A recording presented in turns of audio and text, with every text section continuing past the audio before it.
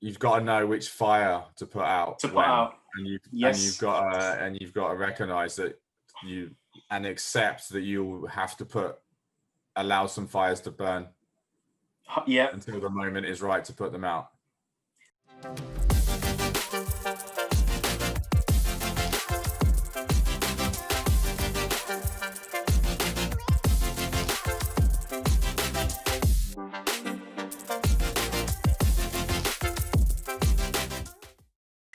Hello everybody, welcome to another Property Convos. So today is a really interesting one. The guest that I've got on the show today, we bumped into each other on a viewing. I think it was a couple of months back. And I don't think either of us went with the property that we were viewing. But that was a nice little bit of, nice little tidbit there for you. So on the show, I've got Jeremy from Kove Properties. How are you doing, Jeremy? Yeah, good. Thanks for having me on. And yeah, excited to be here on having a chat with you. And yeah, we didn't take that property in the end. Obviously for the right reasons, I'm sure. But it was a nice coincidence. So yeah, it was. And here we are. Here we are indeed. Just out of interest, what was your reason for not taking the property? Or for not going ahead with it? So it was a 4-bed, right?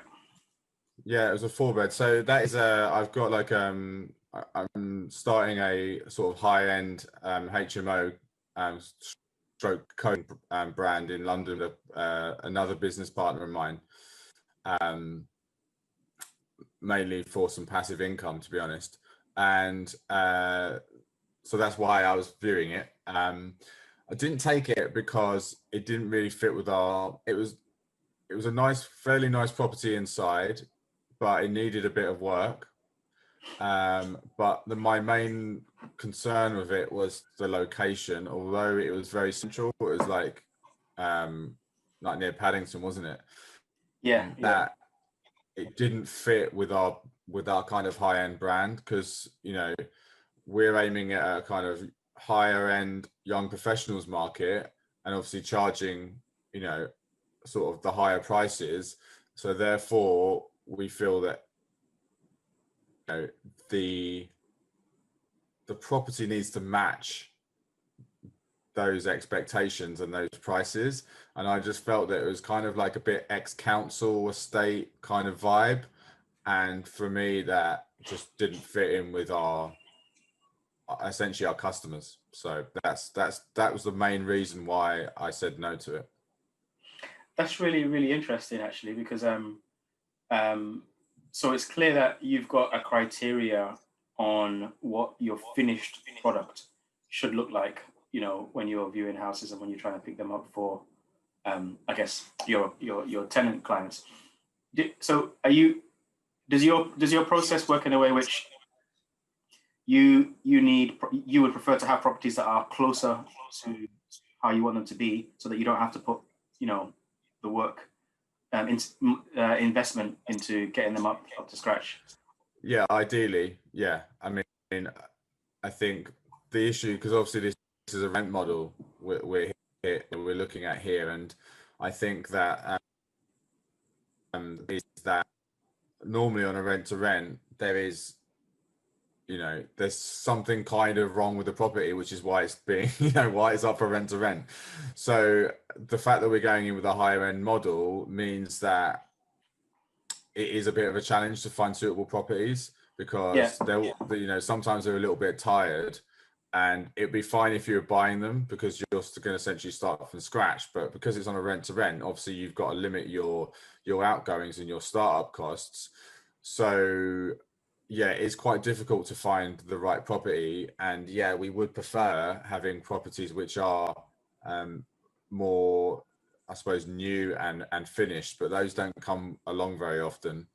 And if they do, like the price, I've seen a few, to be honest. I've definitely seen a few over the last sort of 6 months, but just the price is never right and the deal never stacks. So yeah, it's been quite a challenge, actually. And we've been very strict on following our criteria, and our criteria is there for a kind of reason. And we've done, lots of thinking about it, and lots of questioning it as well, because we haven't managed to find some properties that are suitable. We've been sort of thinking, well, is this the right model? But from a business point of view, I think that it is. The reason, essentially, the model that we're looking at is to have a high-end customer experience Okay. within the property, and have a communal space, which is one of the big sort of deal breakers, really. Yeah. And to also, as I kind of said, have it in fair, pretty good condition inside to match the kind of high end sort of look and feel that we're for. And that's all quite difficult to find on a rent to rent basis, with also the financial side of it, and make the sort of the certain financial criteria that we're trying to hit. So it has been a bit of a challenge to make all that work. But as I said, the business rationale we're going in with it is, if you're providing all of those things, you're providing a high-end customer experience and you're providing communal space, that means those tenants will stay longer within your property, and you will have less voids. So that's the rationale that we're going for. And we don't want to compromise on some of those aspects. So that's why it's more difficult to achieve what we're looking for. But also, I think the thing is that we've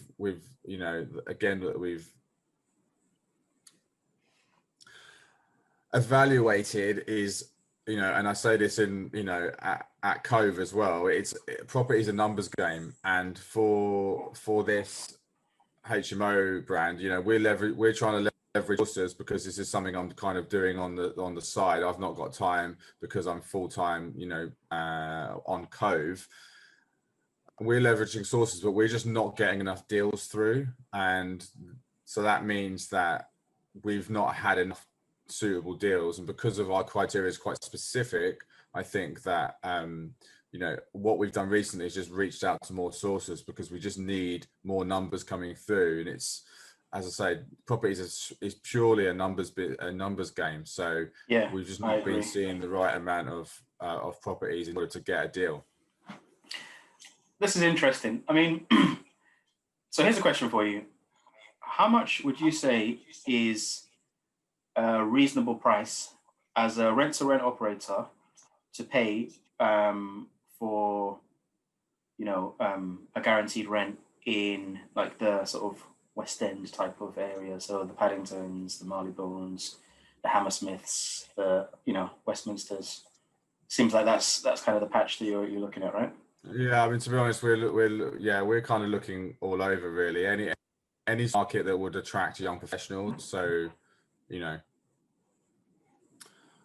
Brixton, Finsbury Park, some parts of East London.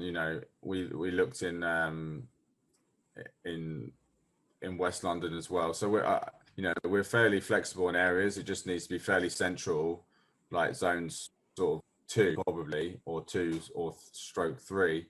Yeah. But in a kind of one of those areas that's got a lot of good places to hang out, and places that people want to live, really, the places that we would want to live.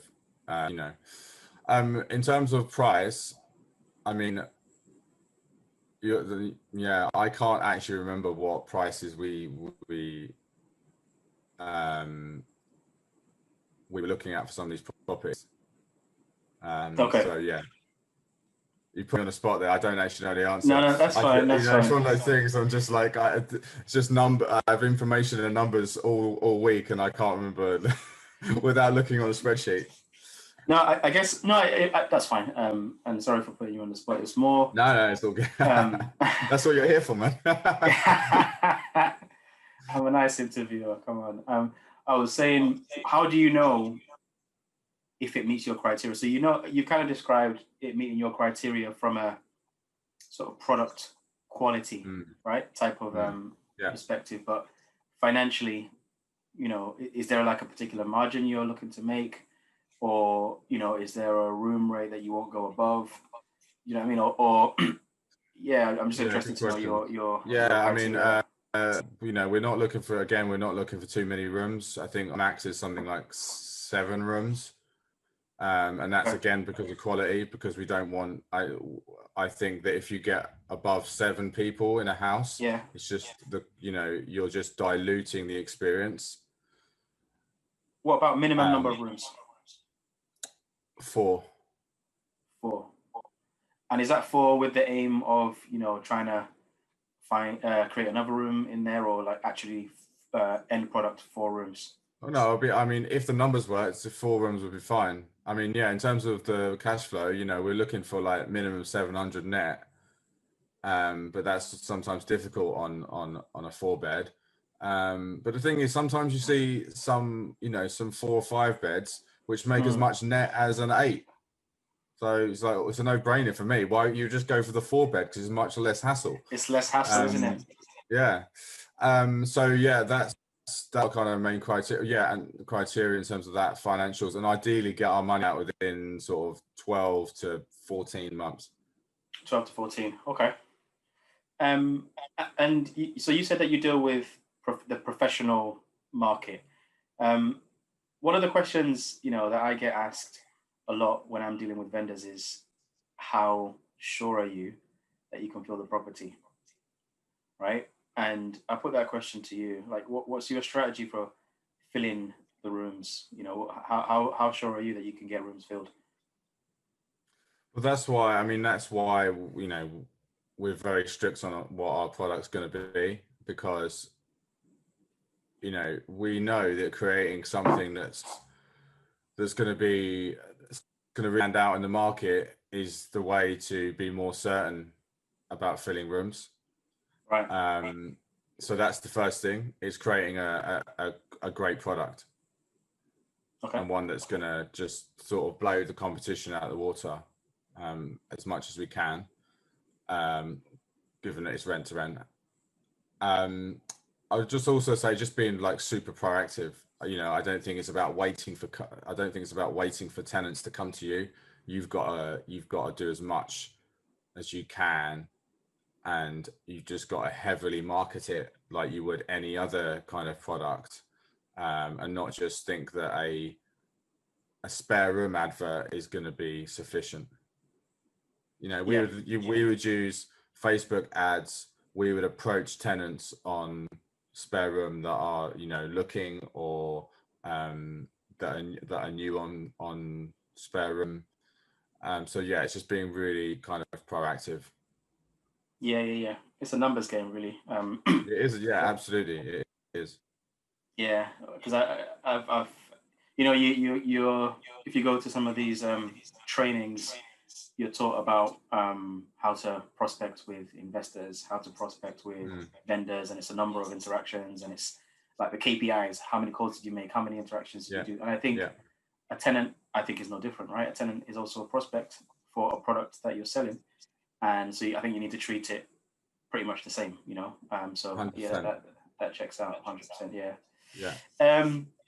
Wow, I kind of dived into detailed rent-to-rent interrogation, which I didn't mean to. Yeah, no, that's good. It's all good. I mean, that's my side business as well. So, like, This is just your side business. That's just my side. That's my side hustle. Yeah. Well, okay. One more question about your side hustle, rent-to-rent. How is that going at the moment? So, how many units do you have, and how are they doing at the moment? Yeah, no, I mean, we don't have any units at the moment. Okay. So you're getting into it, right? Okay. So but we've been looking for a number of months, and that's what I was saying. It's been really difficult to find somewhere that meets our criteria. But as I said, I've evaluated that and thinking that it's the amount of deals that we're not getting a sufficient number of deals across our desk to evaluate, rather than our criteria is strict. And in fact, because our criteria is very strict, we need to probably see more deals. I understand. But obviously, we are slightly concerned about the impact of COVID, and the impact, the potential changing landscape of people living and in London. And if you believe the papers, everyone's leaving London to move to Brighton. But if you actually look at there's some real interesting data from Spare Room released about a month ago, 6 weeks ago, that actually said for people, I think above 35, their next quite a high percentage, and there was an increase on the amount of people that over 35 were actually going to look outside of London for their next house. And for people below 35, their intentions hadn't changed, so they were still looking to remain in London. So that's really good data, and like something that, because whenever you see these like media articles talking about the exodus, that's just based on a few anecdotal case studies rather than any actual data. And this is the first good bit of data that I've seen where it's talking about essentially our target market, which is young professionals of up to 35, are actually, they're still going to remain in London because that's where their friends are. That's where everything that they go out to enjoy is on their doorstep, and they don't want that to change. I think obviously the pandemic is going to change the sort of families. There's people with families. It's going to change the dynamic of where they live. But I think if you're younger, I don't think, from what I've seen and what the data is showing, nothing's much is going to change. So that's a good sign for rent to rent, business owners, right? Yeah, potentially. Yeah. Have you? I mean, it's an interesting topic. That's why I'm kind of sticking on it for a little bit, because we've found, so with my rent to rent business, there's been a market for internationals. So weirdly enough, we've had quite a bit of interest from international students who had been either in the country earlier on but went back because of lockdown, and then are planning to continue their studies, sort of from now on. So I would say that's definitely something, if someone hadn't kind of considered that as a market, give it a go. If you said you're doing Facebook ads, you might want to rustle some of them up for the international market, and we're definitely going to do that. Yeah. Anyway, let's talk about your main business, shall we? Yes. And I'm expecting this to be really good, because if that was your side business, then I think I'm blown away. What is your main business? So I run properties with my business partner, Daniel Duffield. We are a property investments company based in the Northeast. So we help people build their financial security and wealth through finding them properties to invest in, and offering them a hands-free solution. And we take care of everything from finding the property to doing the due diligence to managing the conveyancing to then doing the project management of the refurb. And we've got a good build team, and then we're working with our partner agent to get it let out. So sort of the whole package really. So it's that product for remote investors, and we've got investors from London to Hong Kong to Singapore. So wherever they are based, we're offering them a service to invest in property, hassle-free really. So that's our product. It's a great model.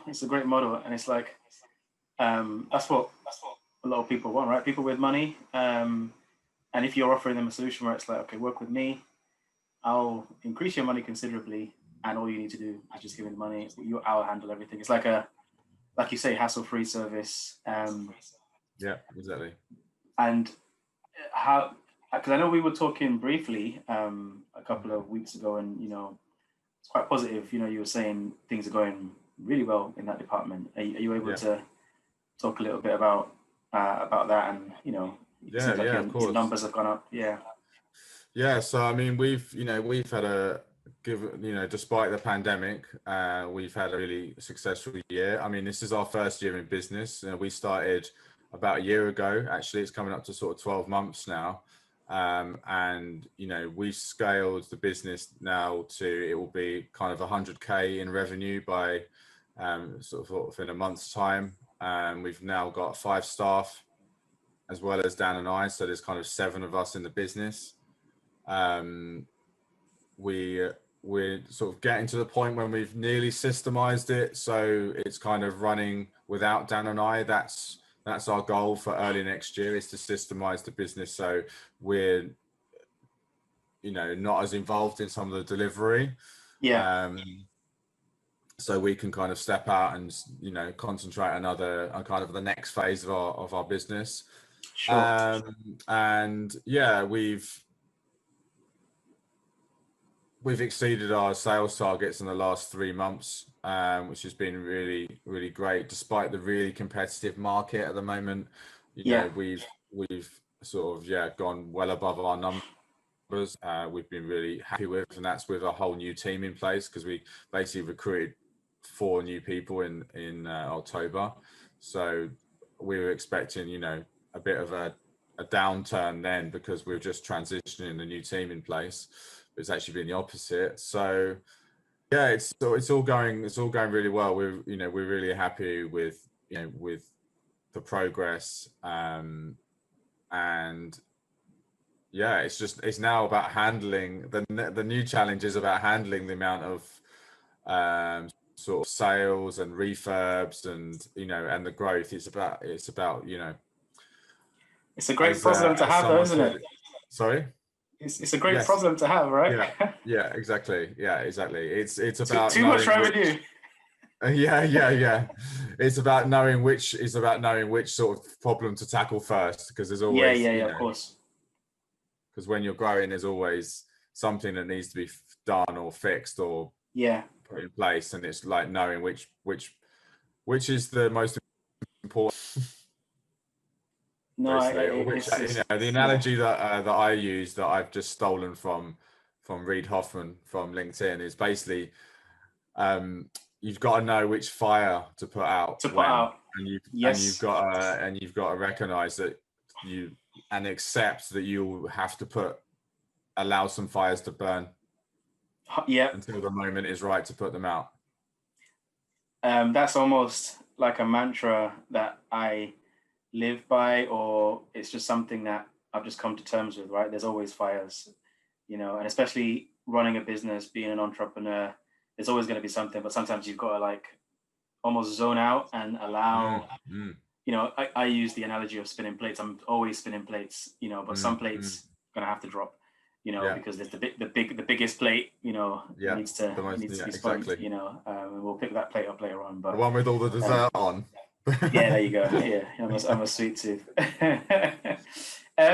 Cool. So that's really great, by the way, and well done. I'm really, really happy, and I'm really pleased for you, because it's great to hear stories like this in the middle of a year that has been not great for many people for many reasons, obvious reasons. To hear stories like that of a business that's thriving, that's so encouraging, right? So I'm really, really pleased, genuinely pleased. But I wanted to talk a little bit more about your model. So when you've said sales, is that sales from sort of commissions, or is that sales from property, when you've uplifted a property and you've sold it, kind of thing? Yeah, what's your revenue model? I basically use more generic business language rather than property language. So to put it in property language, that means deals sold to investors. Got it. Basically. So yeah, we've exceeded our KPI on deal to investors over the last few months. And yeah, well, I forgot also to say that we've purchased 2 properties ourselves to grow our portfolio. And we've also left our jobs as well. I've forgotten about it because we're just so used to it now. But like, by the way, yeah, exactly. Yeah, we're both full time now. I've got used to it. So yeah, we both left our jobs this year. So that was a massive milestone for us both, and a goal that we certainly wanted to hit, and we've achieved that. So that's fantastic. Okay, so let me kind of rewind the congrats. The first thing is, well done for leaving your job. That's the unicorn that we all kind of, all of us sort of hustlers who are doing, absolutely. Side hustling. That's the dream, and you did it, within your first year. So big congrats. And I'll come back to that in a second. But I wanted to ask another sort of numbers question. So you've given us, a bit of a financial number in terms of, the 100K or exceeded that. How many deals was that? How many deals have we sold this year? Yeah. So that's going to be around,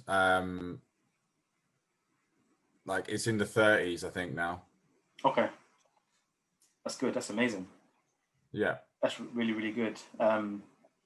And then obviously, a lot of those are project management as well. So us doing the project management, so we charge extra for that as extra well. revenue. So, because you're offering that turnkey solution, so it makes sense. Yeah. And what would you say has been the main sort of the pivotal thing in your strategy that has helped you to make those sales? Because everybody has different things, and you learn different things from various, mentorships and trainings and courses. And people say, "Oh, you go out for coffee, or you put out a lead magnet, or do an event." Like, what has been your strategy for building trust and relationships, and ultimately getting your deals over the line?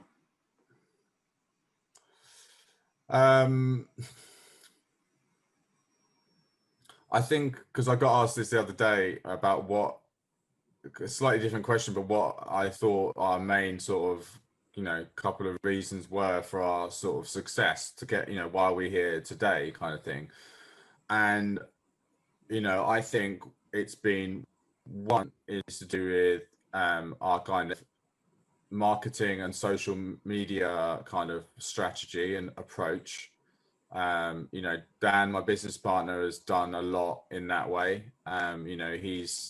He's done an exceptional job about building his own brand and giving just lots of value. And that's his approach, is just to give and just to give quality content. Because he's an architect, he's obviously able to do Designer. that. He's coming in from a different place. Yeah. So, and he's just constantly out there. He posts sort of like on his personal page, as well as on our Kove, Instagram and Facebook channels, like once or twice a day. But then he's posting himself like about 3 or 4 times a day, and constantly. So that is a massive thing. Sort of related to that, I would also say our brand as well. I think we've come at it from from a brand perspective, about building an actual like the look and feel of an established, modern, contemporary brand, which, although we wanted to make it stand out, and to actually, because I don't think there's very many like standout like property brands. Normally it's just they're named after their founders or something, and it's very much founder led. But and this leads on to my second point as well, that I think we've been very strategic in everything that we've done. So we sat down about a year ago and pretty much like on the back of a napkin in a cafe, pretty much wrote our strategy sort of on our goals for this year. And one of the goals to like achieve the amount of sales that we've been achieving, but also optimize our business, and to build like a distinctive property brand. And so I think just having that real focus, it has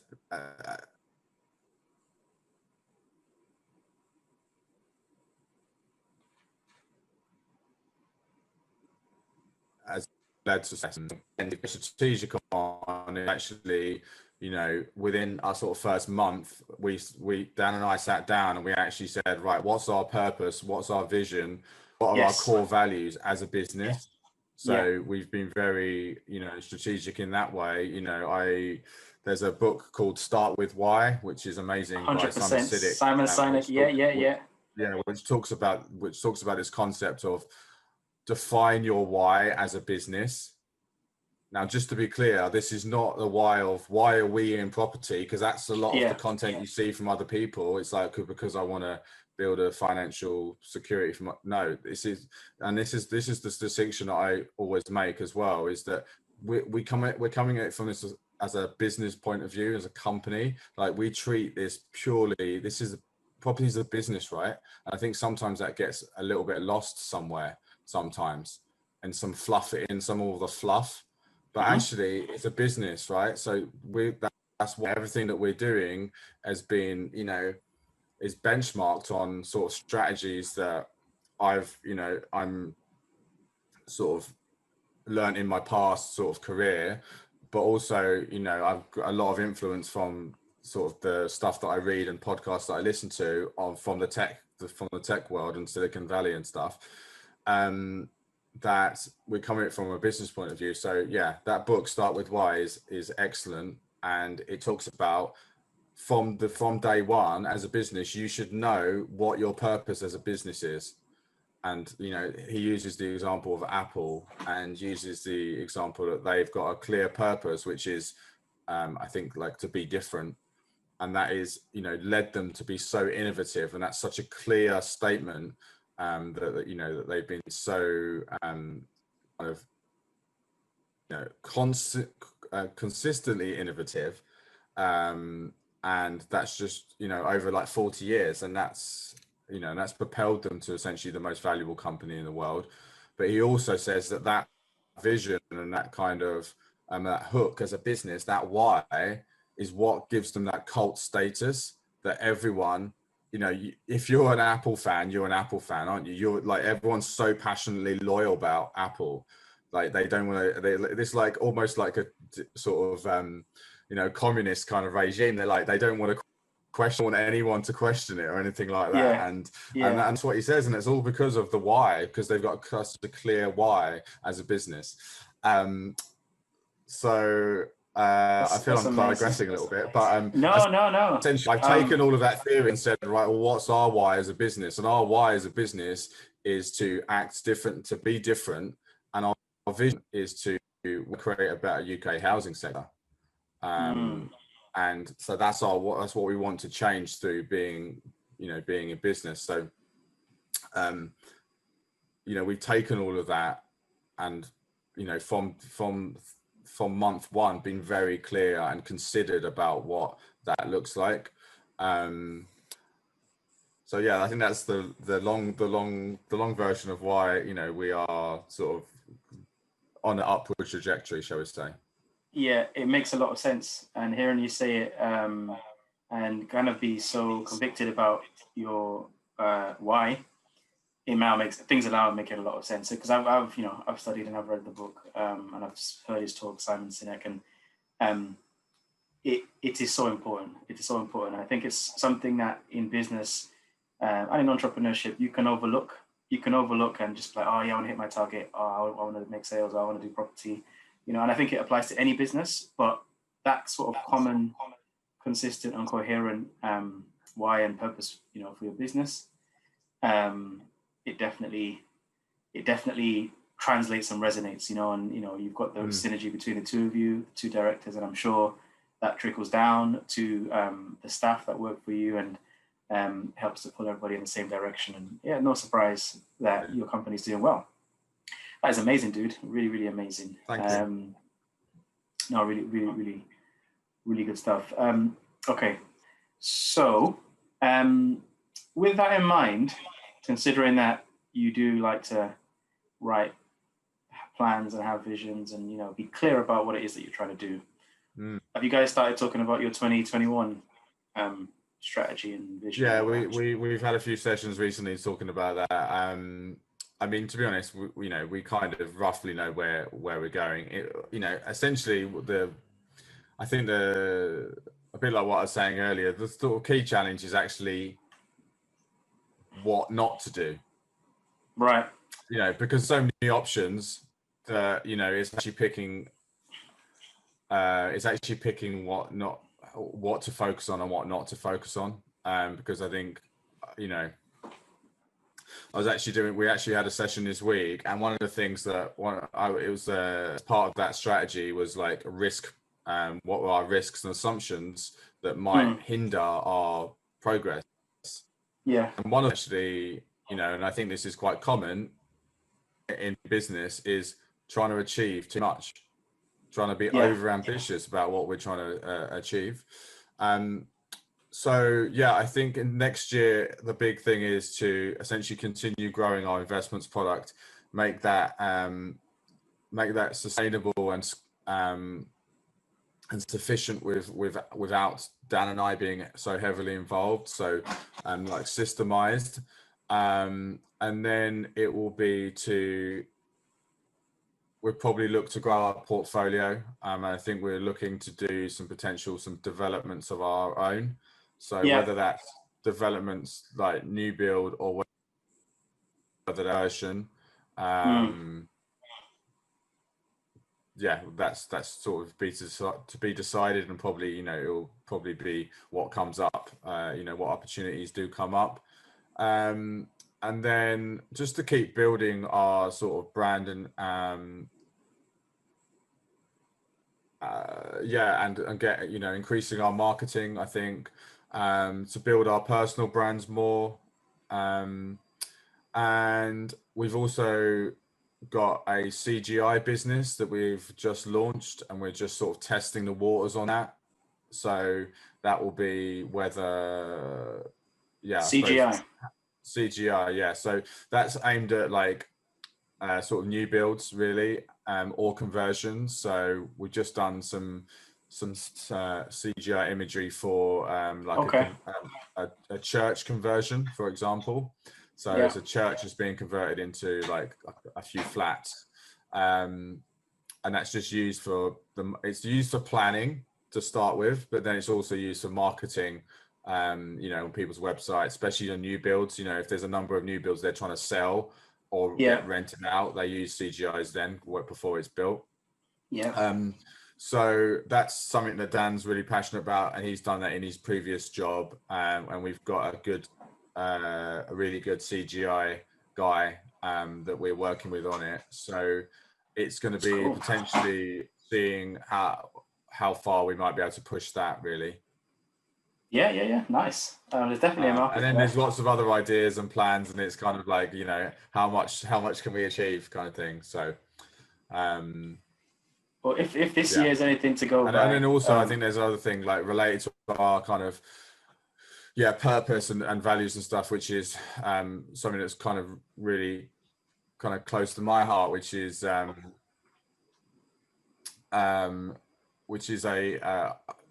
to impact on homelessness, and we, because our purpose is, to make an impact on people's lives through property, and to make the UK housing sector fairer and equal. Homelessness is, a huge sort of issue for this country, and it continues to get worse. I actually worked for a homeless charity for 2 years, so I kind of it's a bit of a passion of mine. So we're looking to launch possibly in the next couple of months, but it might be it might be the beginning of next year, like like a product relating to that as well. So that's really good, man. It's definitely a lot you've got on the table, a lot of cards, but if this last year has been anything to go off, I'm very confident about what you guys are going to achieve. It's really inspiring hearing you talk, and I think I dare I say, if I was to do this again in a year's time, the trajectory, I can see the trajectory being you can hold me to account. I will. I'll be happy to come back and do it. We can do that. Awesome, man. Awesome. Cool. Well, considering this is usually a car themed show, even though it's deviated a little bit recently, I have to ask you a car related question. So what is your favorite car? Okay. And why, if you have one? Okay. I don't own a car, and I know nothing about cars. So I'm just putting that out there. If you want to kick me off the show now, you can. Where's the And exit? so I would say I was thinking about this because I thought this might come up. So I think my favorite car would be a Tesla, because I think that it's mainly to do with the product and the, you know, because Elon Musk is very inspiring. You know what he's achieved across is like, I think he's got £3 billion businesses now. It's like 3 insane, billion isn't it? And watts? they're all like on the lead. He's got three separate billion companies. Right. So Wait, sorry, I didn't. he's just like, and I the can't. thing He has about him companies is, worth 3 billion, or he has 3 billion companies. no, he's got three companies worth one billion each, okay, sorry, because yeah, or more than 1 billion each. that makes more sense. Okay. Yeah. So he's you know, he's pretty the leading of everything he does. So he's extremely inspiring.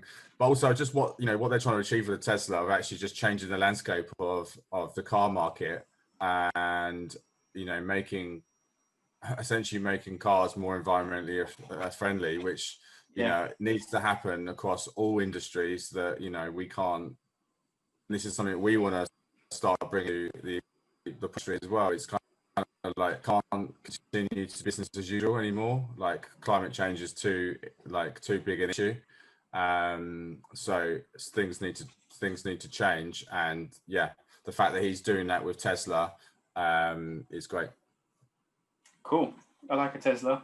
I've got a couple of mates that drive Teslas, and it's a really cool car because you can't even tell that the engine's on, but it just zips. Really? So that's the thing with the electric. Really quiet, yeah. Very, very quiet. Cool. All right, next question, sort of pop quiz. What is in your music playlist right now? What are you listening to music-wise, if you listen to music at all? Yeah, no, I mean, I'm a massive music head.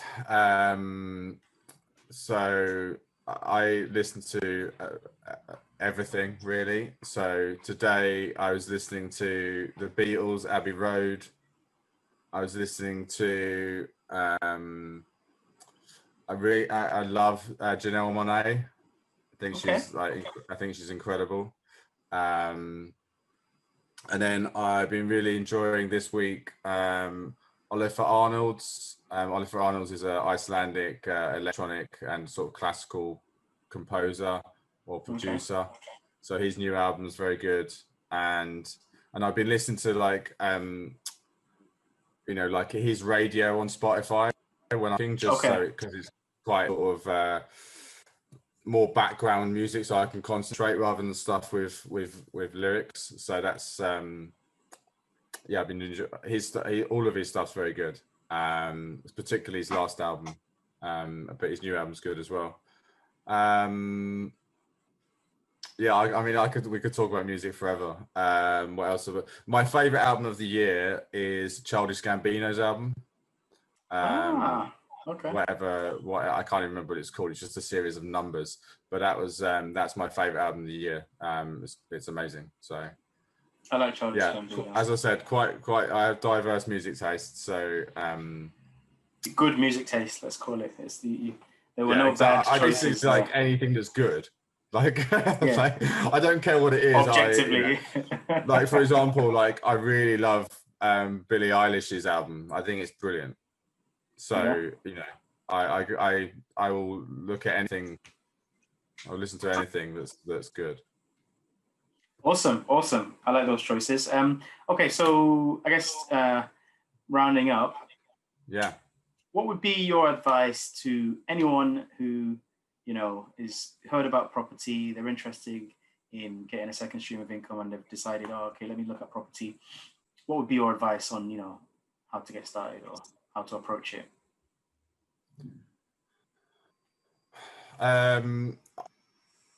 slightly cliched thing to say, and I haven't got a training company, so I think I can come at it from a more authentic point of view. But I would say, like, build some knowledge, get some, increase your learning. So I'm not saying go on a training course, but I'm saying you need to be educated in some form or the other, whether that's listening to podcasts, reading books, or doing some training. It's complicated. It's not actually easy. So you do need to know what you're doing. So I would that would be my first point. I would say then just start getting yourself out there. I mean, it's not scary. Talking to agents is not scary. Yes, there's big numbers involved sometimes, but as long as you've done your due diligence, as long as you're coming from a place of knowledge, then you should be fine. If you're essentially you're managing risk that way. And then as I've talked about, it's property is a numbers game. So like, if you're hitting your numbers in terms of the amount of viewings that you're doing and the amount of offers that you're putting in, you'll be getting deals over the line. And if it's the kind of question of what do you go for first, you go for deals, or do you find investors, or depending if you're doing sourcing, or even if you're doing like or anything really, because you always need the finance. But like for me, it's kind of like deals are the most important thing. If you've got a pipeline of deals coming across your desk, you'll be able to find a partner, you'll be able to find some finance, you'll be able to potentially sell them as a package. So as long as you've got the lead generation of deals coming through, then that's the most important thing in that regard, and that's all a numbers game. So sort of, if you aim for if you're looking and assessing 100 properties, viewing like 30 of them, putting offers in for like 25 of them, you'll get a deal roughly.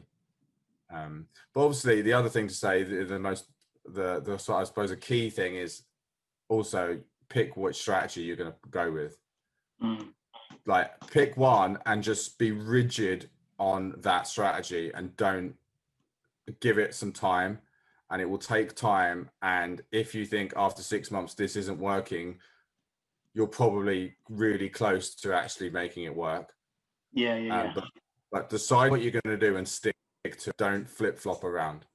Yeah, that's great advice. Thank you very much. Guys, this has been, what do you prefer me calling you, Jeremy or Jez? I as kind of like, I go with both the names, so I'm Jez on social media, so let's go with that. Let's go with Jez. Okay, well, thanks, Jez. It's been great having you on. Massive amounts of value. Thanks for having me.